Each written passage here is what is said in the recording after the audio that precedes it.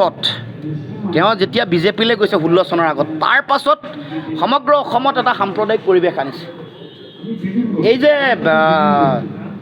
BJP, আগৰ BJP নাই বুলি কয়, আগৰ বিজেপি তেওঁলোক অহাৰ পাছত বিজেপি সলনি হৈছে। আজি যে অচিনাকি মানুহৰ দপদপনি বাঢ়িছে, এইটো কেতিয়া? তেওঁ বিজেপিলৈ যোৱাৰ পাছত। গুণগত আগতে মানুহে বিজেপিক চিনি পাইছিলে কি অলপ গুণগত ৰাজনীতি কৰে বুলি।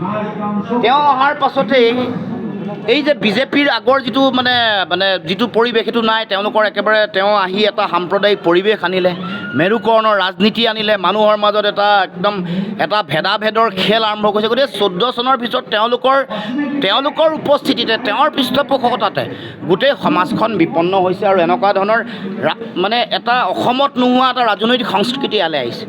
53 বছৰ অবৈধ বিদেশীৰ যিটো অচিনাকি মানুহৰ দপদপনি তেওঁলোকে বঢ়াই দিছে। 53 বছৰ 2024 চনৰ 31 ডিচেম্বৰলৈকে অবৈধ বিদেশী, তাৰমানে অচিনাকি মানুহৰ বোজা তেওঁলোকে দিছে।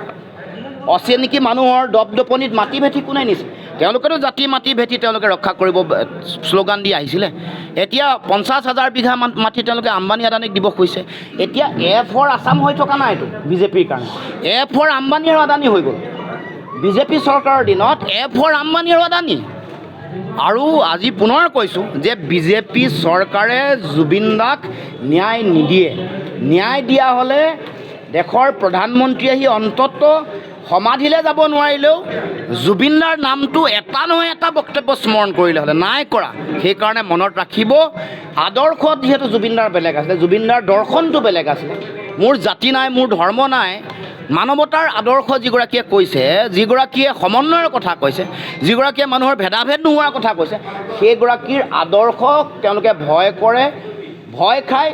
সেইকাৰণে সম্ভৱতঃ মুখ্যমন্ত্ৰীয়ে কোনোবাই হত্যা কৰাৰ কথাটো বাৰে বাৰে কৈ আছে।